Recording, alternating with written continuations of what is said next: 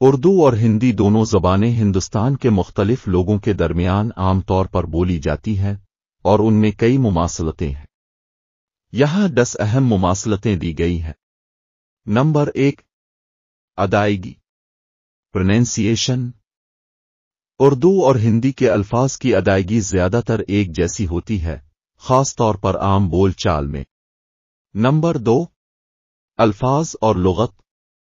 اردو اور ہندی میں کئی الفاظ مشترک ہیں جو دونوں زبانوں میں ایک ہی معنی دیتے ہیں، جیسے پانی، آدمی اور دنیا۔ Number 3، grammar, grammar. اردو اور ہندی کا گرامرک نظام بھی ایک جیسا ہے۔ جملوں کی ساخت، فاعل، مفعول اور فعل کا استعمال زیادہ تر ایک جیسا ہوتا ہے۔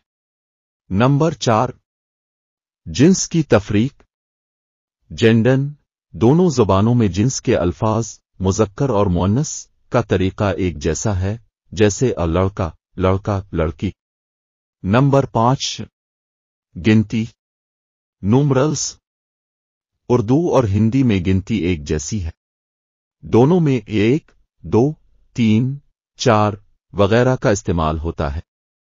نمبر 6، عام فقرے، کامن فریزز۔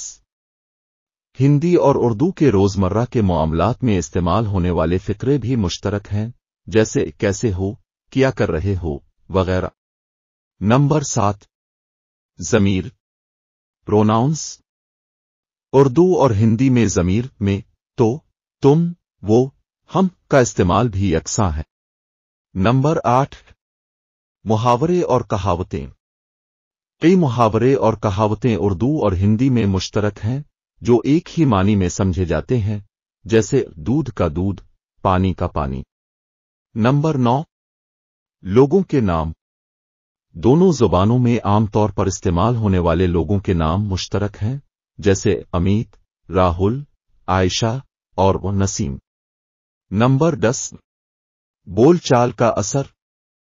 اردو اور ہندی دونوں میں ایک دوسرے کا بہت اثر ہے، جو عام بول چال میں دیکھا جا سکتا ہے، جہاں ہندی بولنے والے اردو کے الفاظ اور اردو بولنے والے ہندی کے الفاظ استعمال کرتے ہیں۔